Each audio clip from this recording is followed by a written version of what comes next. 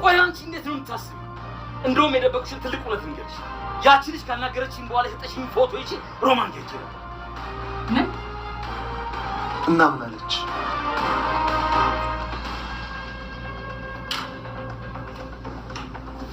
እቺ ተረከምሽ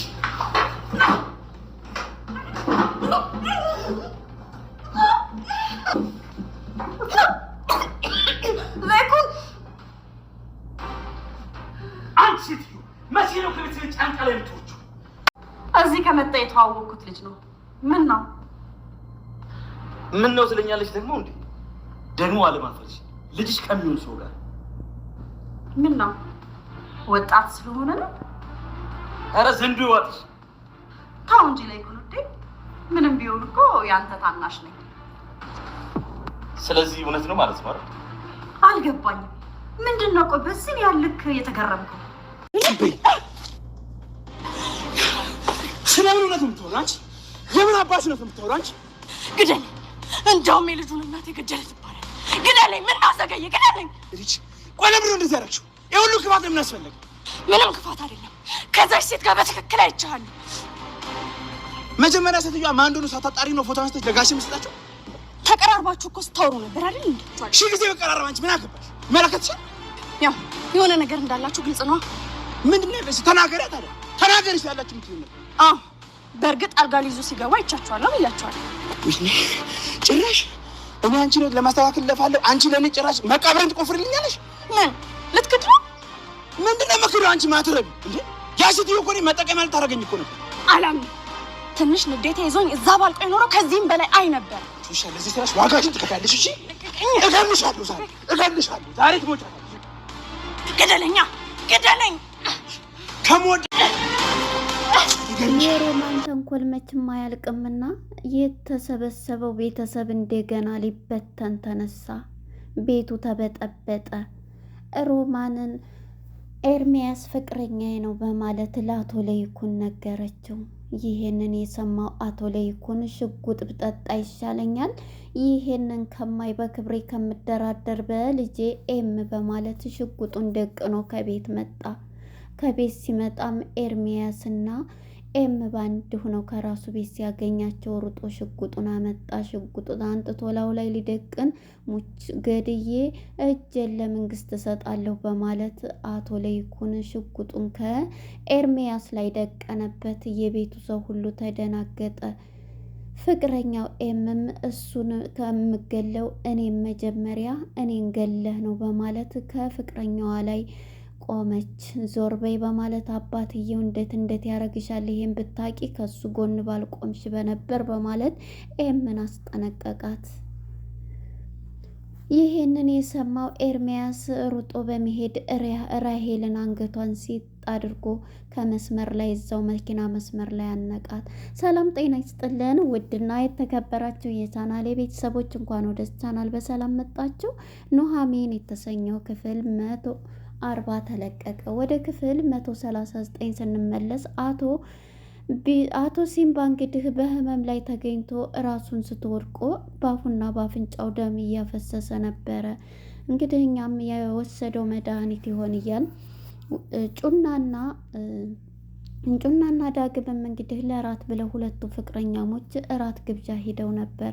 በዚህ የተነሳ አቶ ሲምባ እንግዲህ በጭንቀት የሚገኘው እቤት ብቻውን ትተውት ስለሄዱ ታሟል። በዚህም በተደጋጋሚ ስልክ በሚደውል ሰዓት የዳግም ስልክ ሳይለንት ነበርና በመጨረሻ ፍቅራቸውን እየተገላለጹ ጩናና ዳግም ማለት ነው አባቴ አንድ ጊዜ ከዚህ እንትን ይውጣይ የኔን ደስታ ማየት አለበት፣ አስደስተዋለሁኝ አግብቼሽ አንቺን እያላት ነው።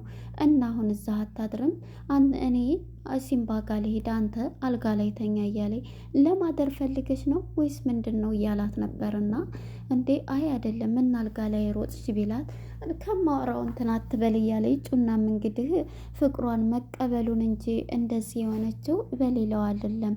እናም በዚህ የተነሳ እንግዲህ ጩና አሁን ላይ ያለችበት ሁኔታ ደስም ቢላታል ማለት ነው። እንግዲህ ፍቅራቸውን ሊስም አጠጋ ሲል የአቶ ሲምባ ስልክ ሲጠራ ስልኩን ብድግ ሲያደርግ ልጄ ቶሎ ድረስልኝ ታምሜልሃለሁ ሲለው አባቴ ብሎ ነበር። በቃ አባዬ ታሟል ቶሎ ና ላይ በማለት የተነሳው ማለት ነው። በዚህ የተነሳ እንግዲህ አቶ ሲምባም ዳግምም ቶሎ በመነሳት ከጩና ጋር የራት ግብዣውን ትተው ሂደዋል ማለት ነው። እንግዲህ ወደ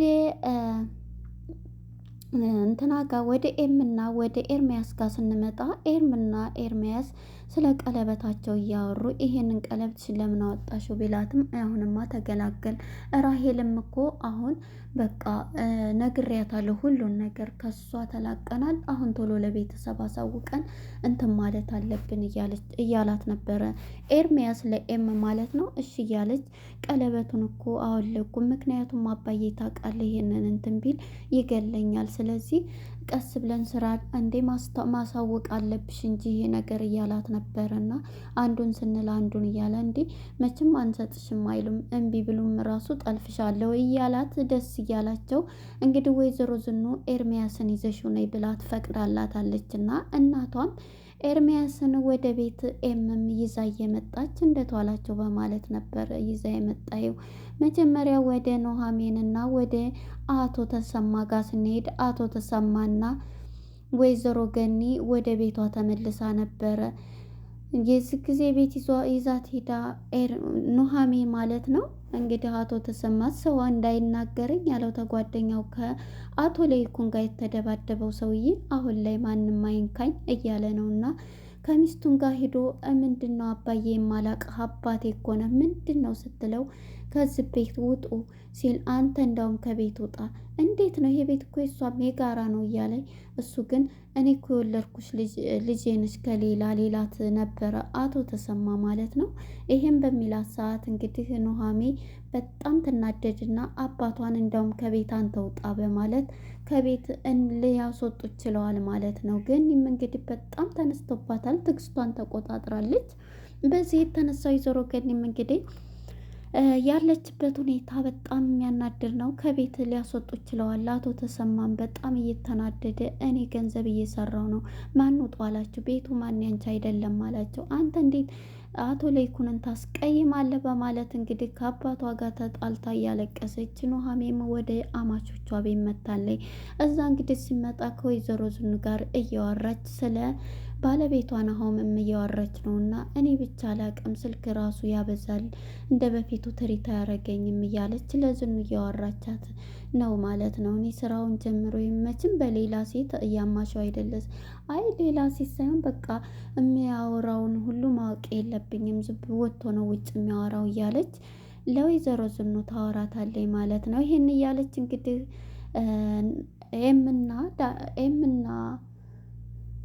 ኤምና ኤርሚያስ ማለት ነው በአንድ ከመኪና ውስጥ ሆነው እንዲህ ሊሳሳሙ ሲሉ በመኪናው ተጠልላ እንግዲህ ራሄል ቪዲዮ እየቀረጸች ነበረ።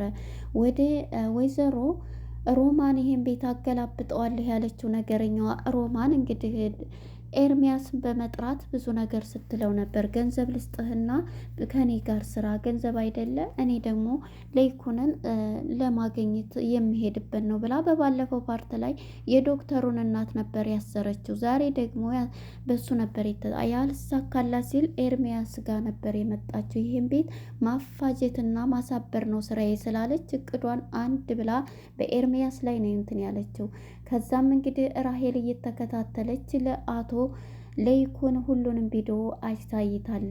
ኤርሚያስ ግን ከሮማን ጋር የነበረበት ቆይታ እኔ ከአንቺ ጋራ ምንም ግንኙነት የለኝ አንቺ ሴትዮ ምንድን ነው ከኔ የምትፈልጊ ብሎ ነበር ሰርቦ ያወጣት እዛ ምግብ ቤት። ከዚህም እንግዲህ ራሄል እየተከታተለች ቪዲዮ ስቀርጽ ነበር።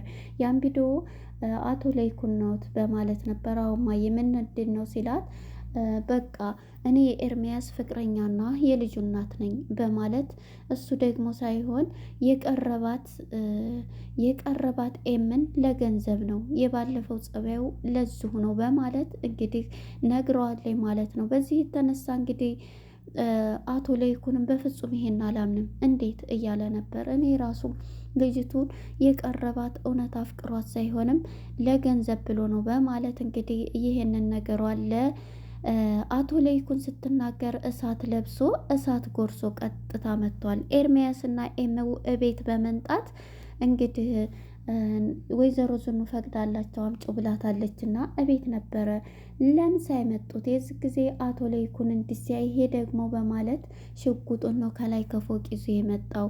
በዚህም ኑሃሜም እና ሆመም መከላሱ አብረው ሳሎን ናቸውና ምንድን ነው ሲል ዞር በሉ በማለት ሽጉጡን እንግዲህ እንዳቀባበለ እባክህን እረፍ አባዬ እረፍ እያለች እንግዲህ ሁሉንም ነገር ይሄን ያየው እስከ ዛሬ እኔ የተቀየረ መስሎኝ የቀረባት የማታቂ ነገር እሱ የራሱ ፍቅረኛና የራሱ ህይወትም ያለው አንቺን የቀረበች ለገንዘብ እንደሆነ ብታቂ ምን ትይ ነበር በማለት አቶ ለይኩን በክብር ያልደራደርም ገድየው እጄን ለፖሊስ እሰጣለሁ ብሎ ሽጉጡን አንጥቶ ደቀነ። ስለ ቀለበቱ እያወሩ ስለነበረ ቀለበት ሲል ነበር የገባው። ቀለበቱን ሰምቶ ነው ነበር ያሉት።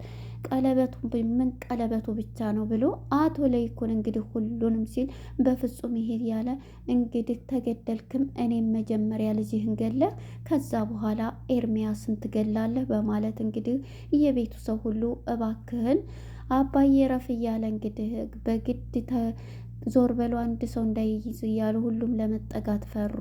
የዚህ ጊዜ ናሆም ዘሎ በማነቅ ያንን ያጠመደበትን ሽጉጥ ሊቀማው ችሏል ማለት ነው። ኤርሚያስንም እባክህን ውጣ በማለት እየሮጠ ሊያመልጥ ችሏል ማለት ነው። ኤርሚያስም ያለበት ሁኔታ በጣም የሚገርም ነው። ይሄ ስራ እንግዲህ የራሄልና የሮማን ስራ ነው። ሮማን እንግዲህ በውሸቷ የተነሳ ይሄ ፎቶ ይሄ ምንድን ነው አንቺ ቢላት ይሄማ የኔ ፍቅረኛ እኮ ነው በማለት ለአቶ ለይኩን ይሄን ስነግረው በጣም ነበር የገረመው። እንዴት ከልጅሽ ጋር እንዴ ታናሽ እህት እኮ ነኝ በማለት እንግዲህ አቶ ለይኩንን ይሄን ስትለው ነበር። በመጨረሻ እንግዲህ ለይኩንም ይሄንን ሲሰማ በቃ ይሄን ብታቂ እንዴት ይሄንን እሷኛን ለመለያየት አጥምዳስ ቢሆን እንዴት ይሄን በፍጹም ላምን አይችልም አባዬ ስትለው በጥፊ ትለዋለች። አንቺ መቼ ነው የሚገባሽ በማለት ጥፊ ሲሰጣት በጣም ትደናገጣለች። ይሄን ብታይ ብሎ እንግዲህ ኤርሚያስም ከቤት ዘሎ ወጥቷልና መስመር ላይ ሆኖ በጣም እየተናደደ